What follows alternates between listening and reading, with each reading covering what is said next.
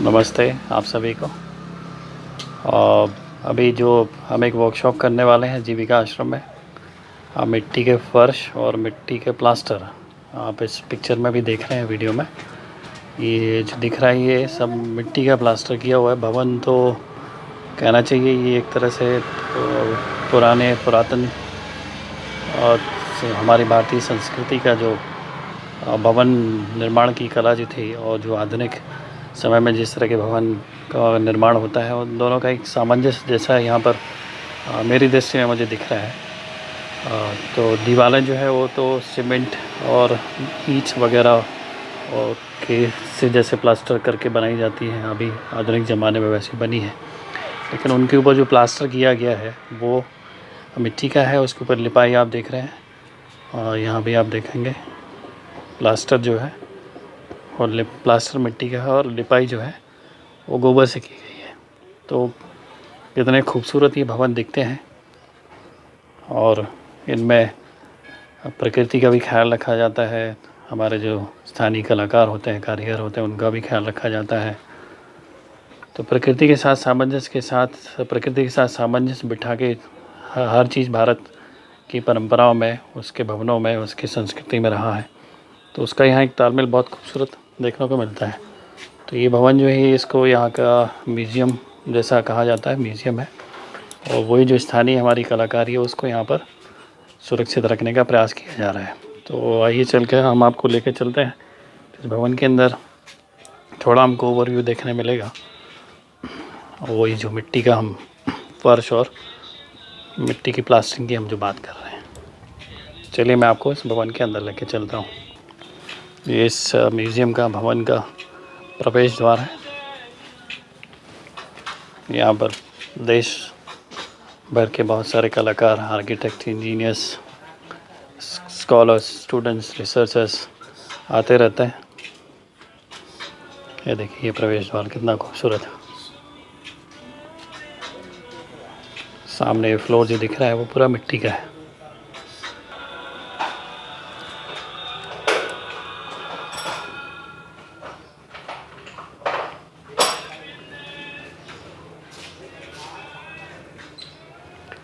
ये श्रेया है, नागपुर से आई हैं, आर्किटेक्ट है और यहाँ पे होने वाले जो प्रयोग हैं उनको देखने समझने भी आई हैं और कुछ अपने स्वयं के प्रयोग करने भी आई हैं। तो इनसे भी हम किसी अलग वीडियो में जानेंगे कि ये इनका यहाँ का एक्सपीरियंस क्या रहा है। फ़िलहाल मैं आपको जिस उद्देश्य के लिए इस भवन के अंदर लेके आया हूँ वो आपको दिखाता हूँ। तो ये जो पूरा फ्लोर देखिए आप, ये वीडियो में आपको शायद समझ में ना आए लेकिन पूरा मिट्टी का बना हुआ है। ये देखिए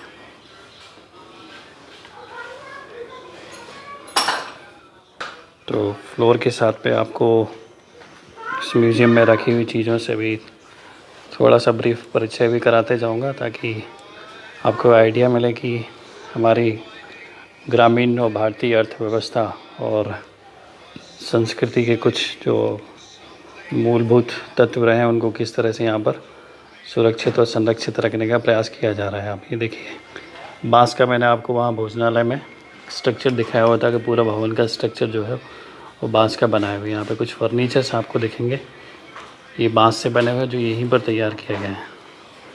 कुछ कलाकार आए थे यहाँ पे जो कुछ महीने यहाँ रहे और सारा जो बांस का काम है उन्होंने यहीं पर रहकर किया।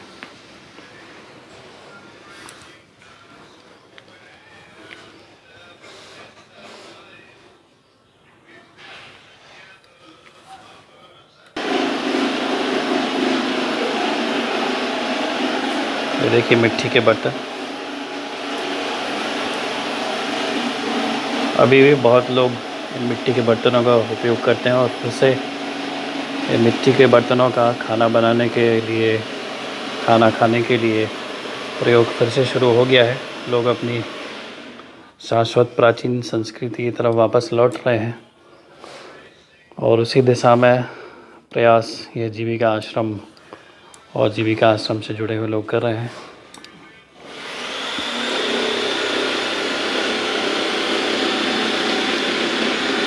ये हाथ से चलने वाली चक्की जिसमें कि सभी तरह के अनाजों को पीसा जाता था, अभी भी पीसना शुरू हो गया है क्योंकि इनसे पिसे हुए जो अनाज हैं, आटा है, मसाले हैं, उनकी गुणवत्ता आज की आधुनिक जो तेज़ मोटर से चलने वाली जो चक्कियाँ हैं उनकी तुलना में बहुत ज़्यादा सभी चीज़ों का पोषण तत्व को बचा कर रख पाते हैं।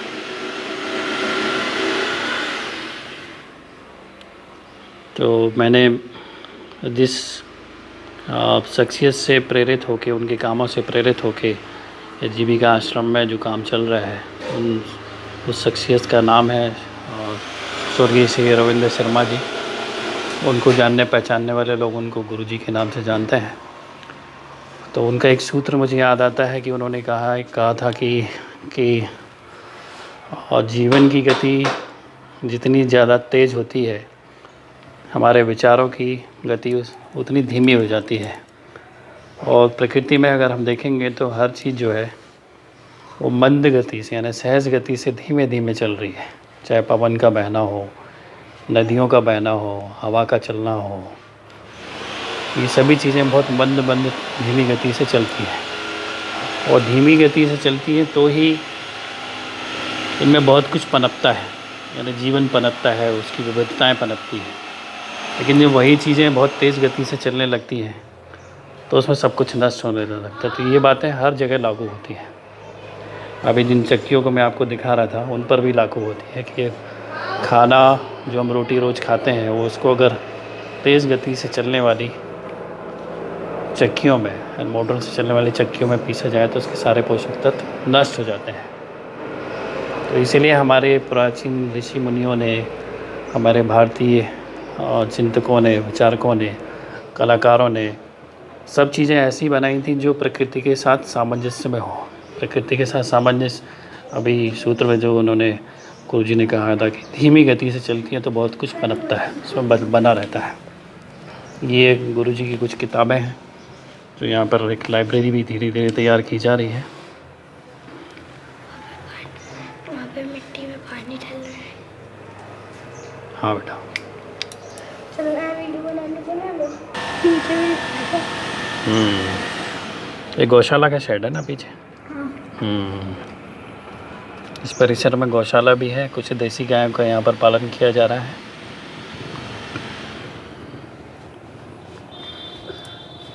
ये लीजिए, ये था वो गुरुजी जिनका सूत्र मैंने अभी आपको बताया था। ये वो गुरुजी हैं, इनकी फ़ोटो देख के शायद जो लोग परिचित हैं वो तो पहचान ही जाएंगे कि गुरुजी की मैं बात कर रहा हूँ।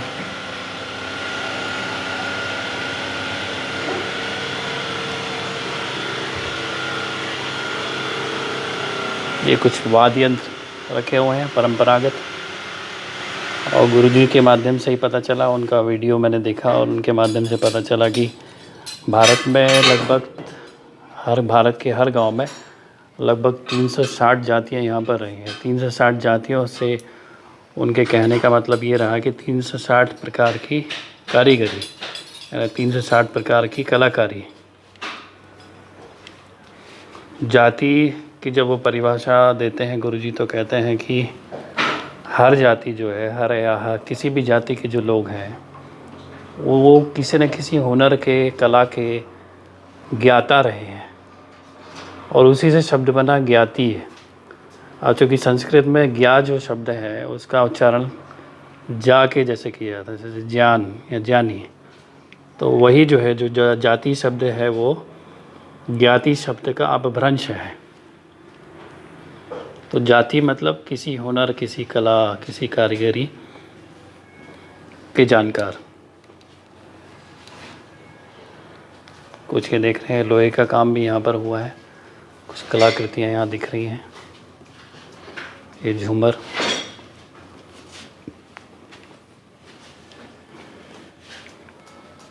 ये बांस के स्ट्रक्चर से बनी हुई एक छोटी सी सेंटर टेबल।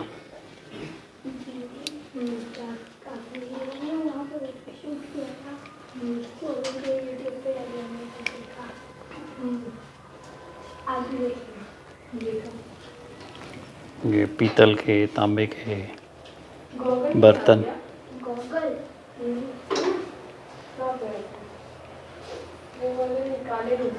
जहाँ से भी उपलब्ध हो सके इनको यहाँ पर संरक्षित करके रखा गया है ताकि लोग जान सकें कि क्या हमारी भारतीय संस्कृति थी।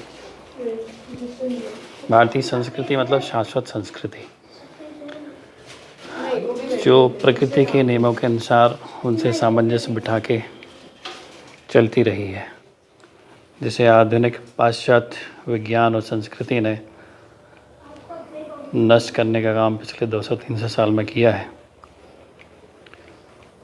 लेकिन फिर से उसको पुनर्जीवित हम भारतीय ही कर सकेंगे और यही हमें करना भी है।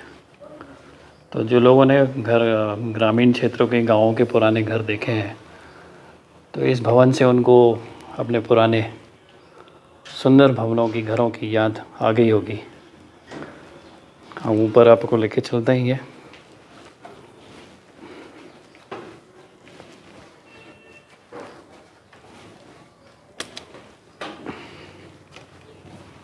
ये देखिए,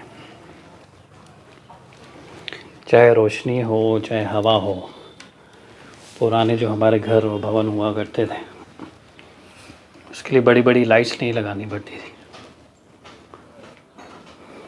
हवा का संचार, रोशनी, सूरज की रोशनी, प्रकाश, ये सब बहुत अच्छी तरह से हमारे घरों में उपस्थित रहता था। ये जो स्पेस है इसको अपनी आवश्यकता अनुसार किसी भी तरह की चीज़ के लिए इस्तेमाल कर सकते हैं। जब वो जो इन कलाकारों की मैं बात कर रहा हूँ कि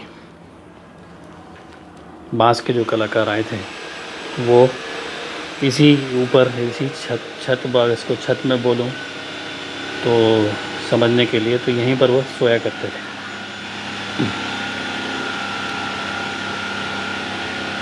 ये पूरा जो आप देख रहे हैं नीचे फर्श, तो पूरा मिट्टी का बना हुआ है और गोबर से लिपा हुआ है।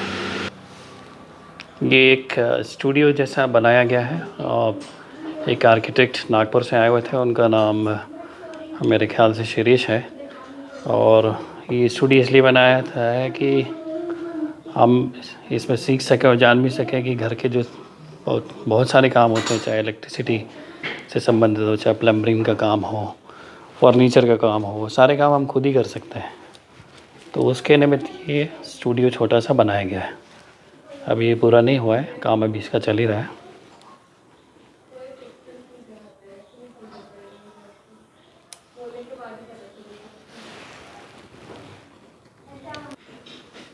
इस भाग में कुछ ऐसी चीज़ रखी है जो गोबर से बने हुई है, मोमेंटो है। गोबर से बनने वाली बहुत सारे उत्पादों का निर्माण यहाँ शुरू होने वाला है। देश की कई जगहों में पहले से भी चल रहा है। बच्चों की, हमारे क्षेत्र के लोगों को एक प्रशिक्षण के लिए, सीखने और सिखाने के लिए भी एक प्लेटफॉर्म की आवश्यकता तो है ही। तो ये ओवरव्यू जो मैं आपको दिखाने के लिए इस भवन के अंदर लेकर आया था कि किस तरह से मिट्टी का प्लास्टर होता है, मिट्टी का फ्लोर बनाया जाता है, फर्श बनाया जाता है। आज के ज़माने में आप देखेंगे कि हर किसी को पैरों में घुटने की समस्या है, उनमें दर्द की समस्या है। तो एक बहुत बड़ा कारण ये भी रहा है कि हमने कई सालों तक अपने पैर की हड्डियों को, जो टाइल्स होते हैं, फर्श होते हैं, पक्के फर्श होते हैं, उन पर चल कर अपने पैर की हड्डियों को, घुटनों को तोड़ा है। तो यूँ ही हमारी जो भारतीय परंपरागत चीज़ें रही हैं, वो ऐसे ही नहीं कही जाती कि उन सब के पीछे वैज्ञानिक दृष्टिकोण भी रहा है। प्रकृति, विज्ञान और परमात्मा और आत्मा, इन सभी के सामंजस्य का नाम है भारतीय संस्कृति और सभ्यता। तो ये आपको दीवार पे दिख रहा है प्लास्टर, ये मिट्टी का है और लेप जो है गोबर का है। यहाँ पर भी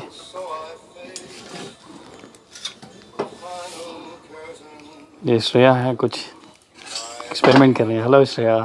हाय। क्या कर रहे हो आप? एक्सपेरिमेंट चल रहा है, करने के बाद बताती हूँ। आप भी वर्कशॉप पे रहने वाले हो ना? हाँ। ओके। तो आप सभी का भी बहुत बहुत स्वागत है इस जगह को देखने के लिए, सीखने के लिए, समझने के लिए और प्रकृति, परमात्मा, आत्मा के साथ सामंजस्य बिठा के अच्छा जीवन जीने के लिए। नमस्कार।